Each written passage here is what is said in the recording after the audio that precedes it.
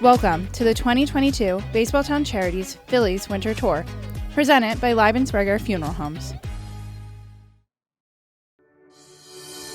Since its inception in 2002, Baseballtown at Charities has been investing in the future of baseball, raising several $1 million to build facilities and fund programs in and around Reading.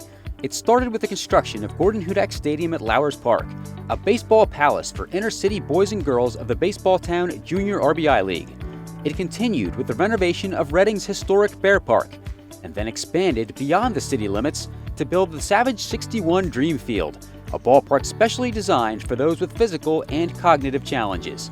In addition to financially supporting the leagues that utilize these facilities, Baseballtown at Charities recently started the Rip It for Life program, which provides free lessons, batting cage time, and invaluable guidance about life to players who lack the financial ability to pursue playing at a higher level. We invite you to celebrate our national pastime while preserving its future by supporting Baseballtown at Charities. Please visit baseballtown.org to donate today.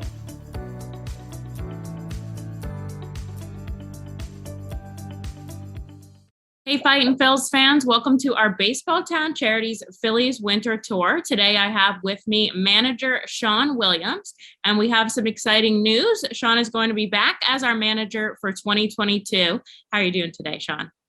I'm doing great, Emily. Thank you, and thanks for having me. And extremely excited to be back in Reading and being back in Baseballtown. There's nothing better, and the best fan base, just everything about the stadium, the historic, just all of it. There's nothing better than Reading. It's Baseballtown for a reason, and looking forward to getting back and getting the season going.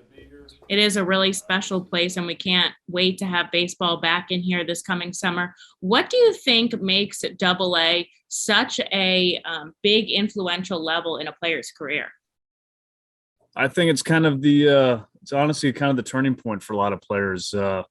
One way or another, like some guys you see that maybe just kind of been on the maybe the brink, like in A ball, and then they get to AA and they take off, and then next you know they play a bunch of years in the big leagues and have a great career, and you see the same thing vice versa. But I think AA is kind of that turning point and breaking point, I guess you could say, for players, and you get to find out a lot about them. And it's such a tough level, especially in our league, which I still call it the Eastern League, but the Eastern League's tough. Like it's the pitching. It's a very, pitching prominent, but it's just such a great league, and it's great competition. The teams, the travel, everything that goes into it. It's just such an awesome league, and you get to see a lot about a player. It's super competitive, and now this will be your third year coming up managing the R Phils. What kind of changes have you made as a manager, at year after year as you get more experience? I think you just the thing to change is you just kind of go with what kind of team you have. I think and learning your team and trying to make adjustments with your team over the course of the year and getting better every year. Because every year is different. Sometimes you have a team of guys that can really run, and you utilize that to its fullest, and vice versa. Sometimes you have pitching teams and teams that you just kind of knowing your players and get the most out of them, the best that you can, to have a great season. I'm sure you're making constant adjustments, especially, last season we had so many different players coming in and out and back and forth. So lots of turnover on our roster. But, I often see you out there having catch with the players, working on drills with them. Is the reason because you just have a great love of the game, or is that kind of part of your coaching style? I think it has to do with a lot of everything. I think those are the times where, it's not just doing the drills and doing the early work and getting them better in certain little areas, whether it's defensively, like for doing base running stuff, whether Henny's got him out there hitting, pitching like Berge last year in the past. It's those things of getting them better baseball wise, but it's also, I think it's a great time. It's kind of that, I don't want to say downtime, but maybe that time of the day where you can, learn something about the player and learn more maybe about what they enjoy to do away from the field. Because a lot of times that's more important over the course of the season. It's such a grind mentally. You need those times to kind of get a little break, and whether the guy likes to go fishing or golfing or whatever it is, and maybe his passion is music. But I think those are the times out there early that we can, as coaches, managers, and we find out a lot about a player. And I think that's kind of my favorite time of the day is those little early work sessions out there before maybe you see BP and all of that, but it's all the early stuff before that. Yeah, it's definitely such a grind, and there's so many individual personalities within the team. Now, Major League Baseball, Minor League Baseball, the Phillies partnering to give players housing. How do you think that's going to affect the players on a daily basis? I think it's going to really affect the players in a positive way because it's just going to take one little thing off their table that I think is can be stressful for them over the course of the season because it's tough. And like you said earlier, maybe we had a lot of roster moves last year, guys going up and down, whether it's Jersey Shore, Lehigh. So you got, a lot of guys going up and down. And next, like you start off with 5 roommates and then next, there's only 2 of you and you're paying for all the rent, and that's tough. And I think this is just something that the players, I think, are really going to, they're going to love it because it's something they don't have to really think about. I know even on our side, because I know it's tough because I hear about it. We all hear about it over the course of the season, and I get it. I've been there as a player. It's tough. It is one of the tougher things is dealing with that housing and with your teammates and paying off your rent when certain guys leave. But I think over the course of the season, it's going to help them. They can concentrate on baseball, which is very important. Yeah, I definitely think it will take, one less thing they have to think about off of their plate. And you mentioned, remembering your days as a minor league player. Do you think the fact that you were a former catcher or even just as a whole helps you manage your team? I think it does. I mean, I don't think it's like maybe the deciding thing, but I think it definitely helps. You play 140 games, 162 in the big leagues, it's a long season. And I think to be able to go through that, I think helps. I mean, you can really relate to the players in that way. Again, I'm not saying that's the only way to relate, but it's when you've been through it and you've gone through the ups and downs and just being able to bounce back because those downs are tough in baseball because it's such a tough game and it's tough mentally. There's a lot of, failure in the game, and it's just dealing with that over the course of 140 games. And I think that is a big part of it, and being able to go through that and help them the best you can because experiences, I think, can help. I know they did with me with certain coaches and managers. I really love that about certain managers I had that could relate and had been through it and can help the players maybe get out of that hole a little bit quicker and get back on track. Well, I can definitely tell when the players are here, they really take a liking to you, and it seems like they're really able to talk to you and you with them. So I'm sure that makes a huge difference in their playing careers.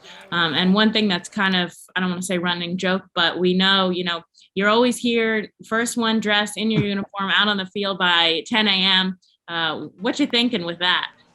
And if my family's not there, I'm definitely there early. I get up early and then I'll even tell myself that, all right, I'm not going to the field today till 11:30. Next, I'm there at 9:45. So my family's not there. I just love being at the park, and I find myself there, like you said, at 10 o'clock and fully dressed, ready to go. I just getting ready for the day and making sure everything's prepared and making sure just trying to find any ways to get one player better, at least one guy better every day, and to help us get better as a team. And maybe sometimes when you're maybe going through a little tougher stretch of getting us back on track and get us ready to go and get us rolling. But I just love being at the field. There's no better game than baseball and getting there early and getting ready for the day.